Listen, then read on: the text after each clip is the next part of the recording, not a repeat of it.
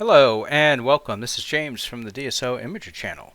Tonight, I thought I'd share some pictures I've been taking over the past several months. I think it's been a few months since I posted a video, and most of that has been due to my work schedule, which has gotten very busy.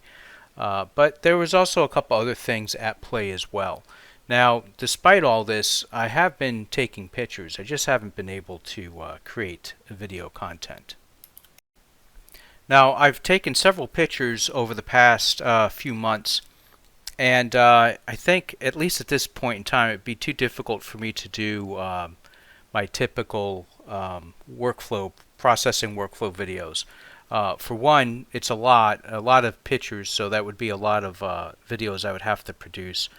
And the second thing is, the further I get away from after completing an image, the more difficult it becomes for me to recall all the details while doing the processing. So while I can load the project in PixInsight and kind of step through the steps, I forget some of the unique challenges and some of the creative steps that I've taken to solve problems, little problems, that I think most people would find useful in those workflow videos. So I probably won't do any workflow videos for the images that I share tonight, but if you're interested in one, let me know. Maybe I can put one together.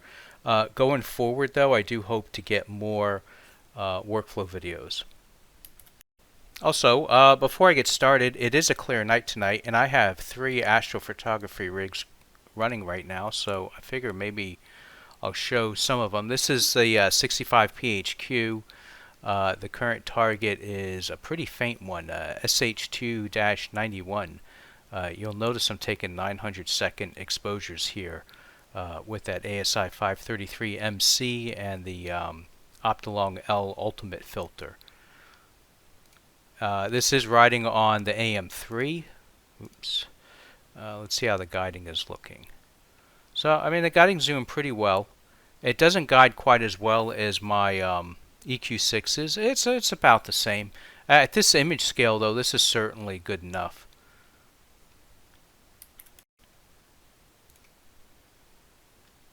And here's my Celestron Edge HD8 riding on an EQ6. The camera is the ASI 294 mono, and how about that guiding? 0.27. Yeah, it's doing really well. It's been guiding really well for most of the season. And tonight's target is the Wizard Nebula. I am shooting this in SHO. We're running sulfur right now. It's a really cool target. I have shot the Wizard a few times over the years, but surprisingly never pointed the 8-inch scope at it. So I'm pretty excited to see how this comes. Ideally, I'd like to get 20 to 30 hours on it, but we'll see. It's such a bright target. I mean, this is kind of a test processing that I did. This is only 5 hours, and it's showing up really well already. So it'll be cool to see how this comes out. And here's my AT115 EDT. It's also on the EQ6, and again, fantastic guiding tonight, really, from all 3 rigs. And tonight's target is the Elephant Trunk Nebula. I've shot this a couple of times, and in the past it's always been narrowband. So this time I'm going with LRGB. This is the ASI 1600 that I'm using. And yeah, there it is. You can just make it out. These are 3-minute subs. So it'll be interesting to see how this one comes out. Alrighty, let's do the show and tell. This is NGC 1333. This is a target that I've been wanting to shoot for a long time, and I had been saving it for a dark site visit. With my Bortle 5 skies, I wasn't sure if it was really going to be dark enough. But I got impatient. I don't travel that much unless it's for work these days. So I decided to try it from my backyard with my Bortle 5 skies, and this is what I got. So it's the AT115 EDT. It's with that ASI 1600. The filters are Chroma LRGB.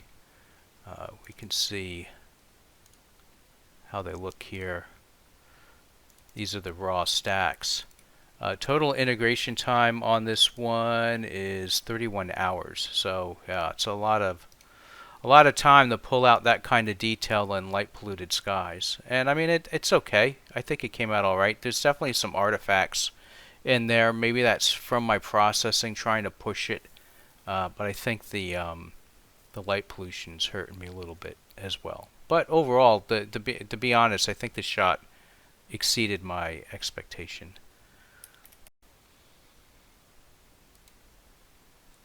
Alright, I shot Thor. Let's take a look at this. Actually, I don't think that's the right image. This is 12 hours. I got more than 12 hours. Give me 1 second. Alright, yeah, you'll have to excuse me. It's the other downside to like stepping away from these videos for a while. So this isn't actually the latest. This was a 12-hour version of it. This is 18 hours, so a little bit more time, and I think I like the color that I got on this one a little bit more.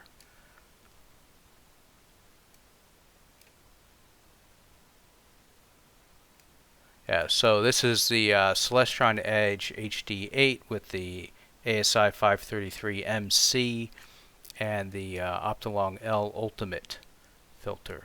So there's I shot at Thor. I had shot this Thor with the same camera with the L Extreme. Well, what was it like? Maybe 4 years ago. Let me see if I can find it really quick on AstroBin. Yeah, check this out. So here it is. This is a shot. So again, the same camera, same scope. This was in 2021. Let's see, 19 hours integration time, so about the same. I know I have that one labeled 18. I think it's like 18 in 40 minutes or whatever. The other difference is the L Extreme versus the L Ultimate. However, I think the biggest difference here is probably the processing and the processing tools. Right? Let's see if we can get this closer up. I mean, look at the stars. How awful is that? And you know what's funny is that at least back in 2021, this even got this old version scored a top pick on AstroBin. I was pretty happy. I think that was my first top pick. But yeah, you could tell this is like pre Star Exterminator, Blur Exterminator, all that good stuff. Let's zoom in here.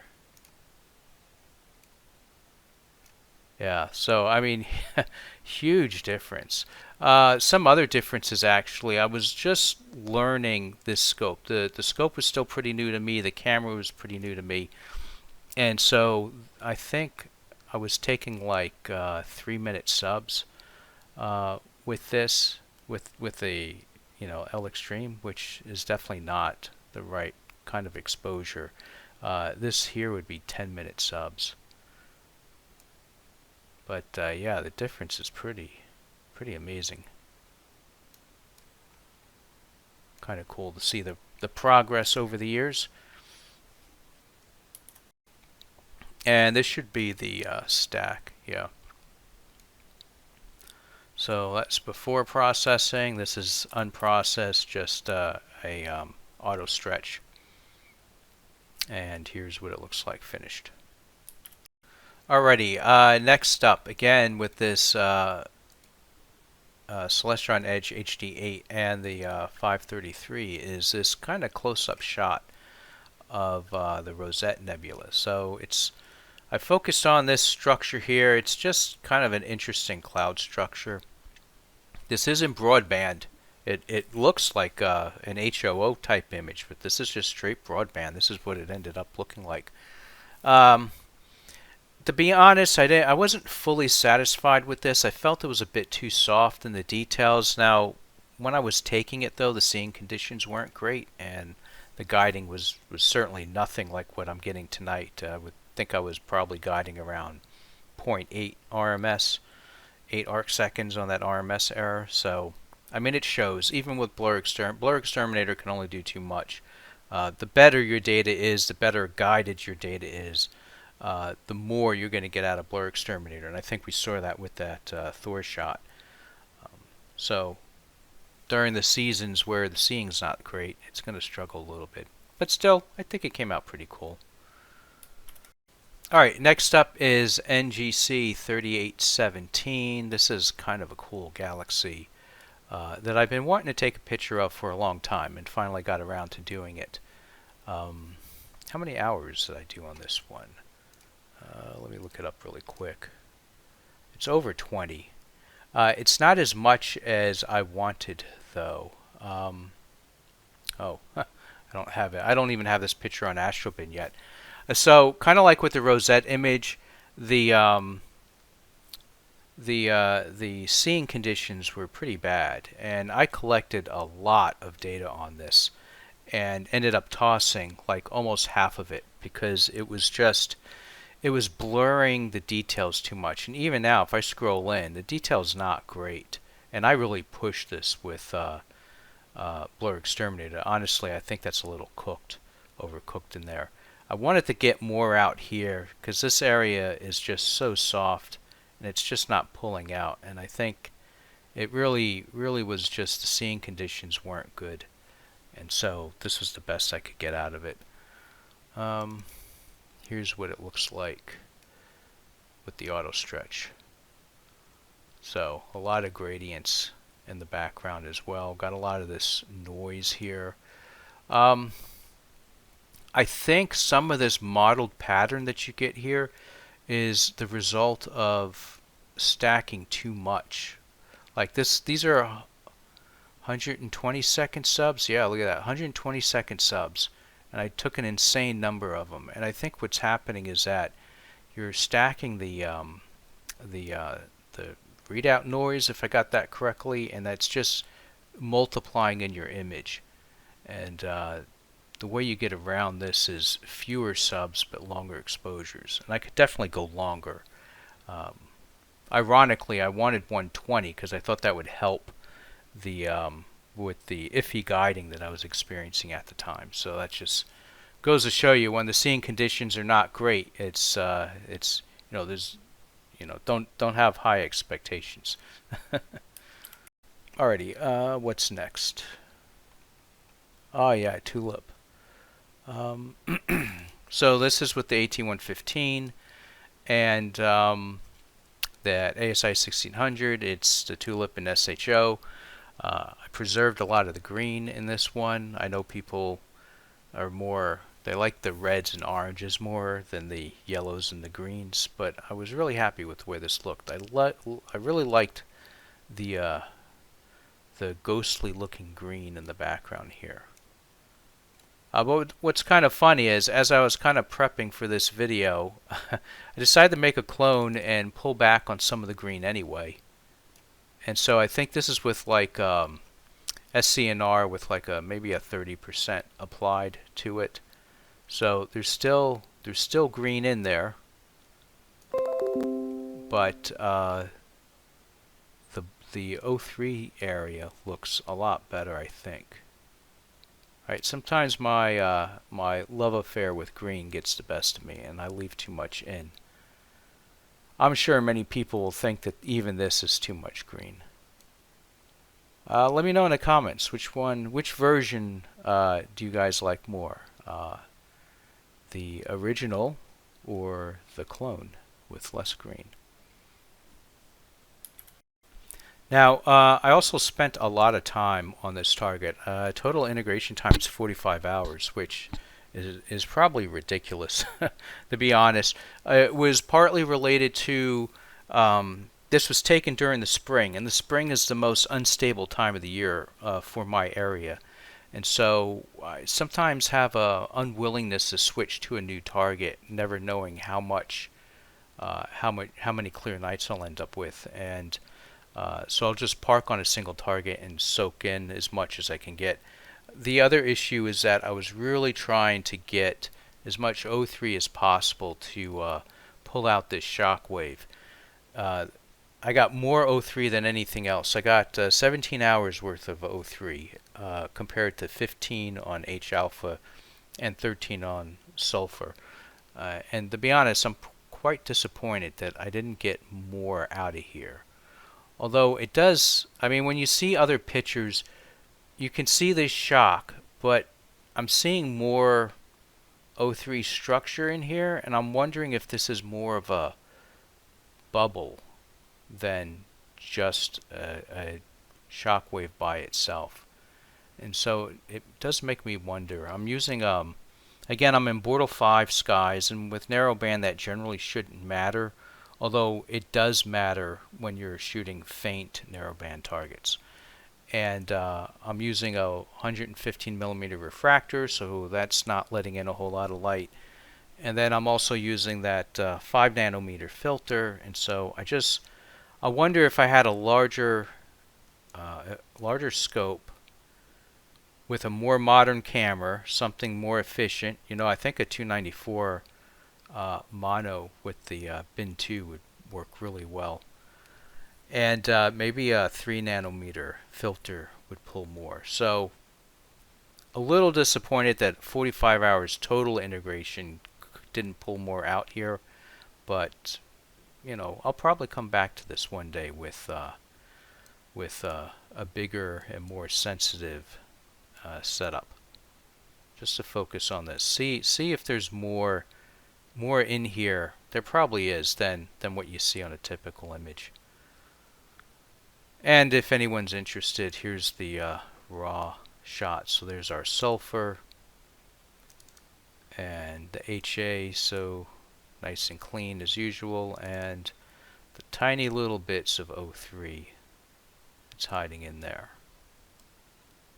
Yeah, I can barely see it.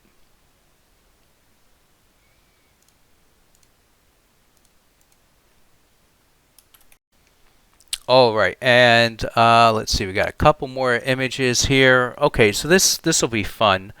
This is M83, and also known as the Southern Pinwheel. This target is something that's been on my list for a long time. I think it's a really cool looking galaxy. But here's the thing, this is generally considered a Southern Hemisphere target. Let me pull up Stellarium and show you just how high, or rather low, this target gets to my horizon. Let's see. I'm going to have to go back a few months.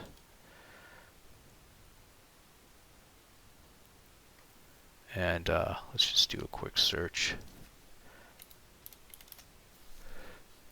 Yeah. Okay. So there. So that's the peak. And we're at 29 degrees. So I probably started the imaging right around here, and just get a few hours until it gets to about there. The other bad part is my light pollution is worst right in this area over here. In fact, let me pull up another picture to give an idea of the conditions that I'm shooting in. Yeah, so I took this picture, probably about a month ago.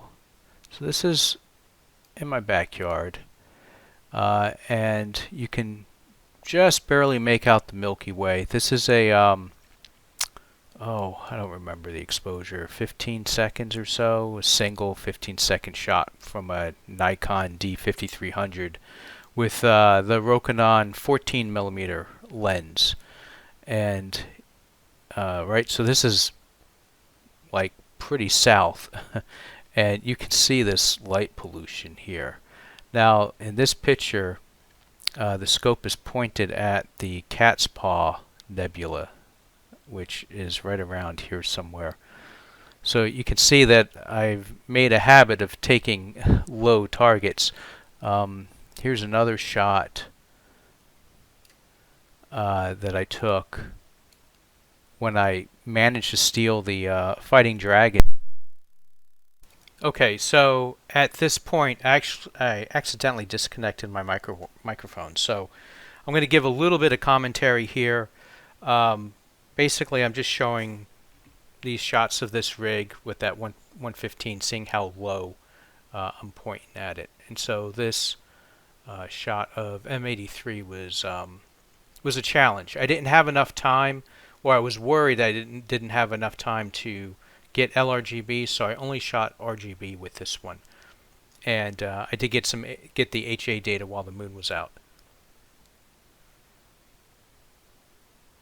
Now this next shot is of M20, and what I'm saying here is that this was kind of an experimentation, and that it's decided to get just RGB data on this and skip the luminance and see how well it worked. Total integration time on this is 23 hours, and I think it came out pretty good. I mean, so looking at it with this framing, I'm not sure I'm crazy about the framing. I want to make sure I could get the star cluster over here. But you can't really appreciate how good the nebula itself came out. I mean, that AT115, I'm using the 0.8 reducer on it. So this is like 644 millimeters, give or take. And I think it did pretty good. The last time I shot this, it was with the Edge, and I mean this is holding up pretty well.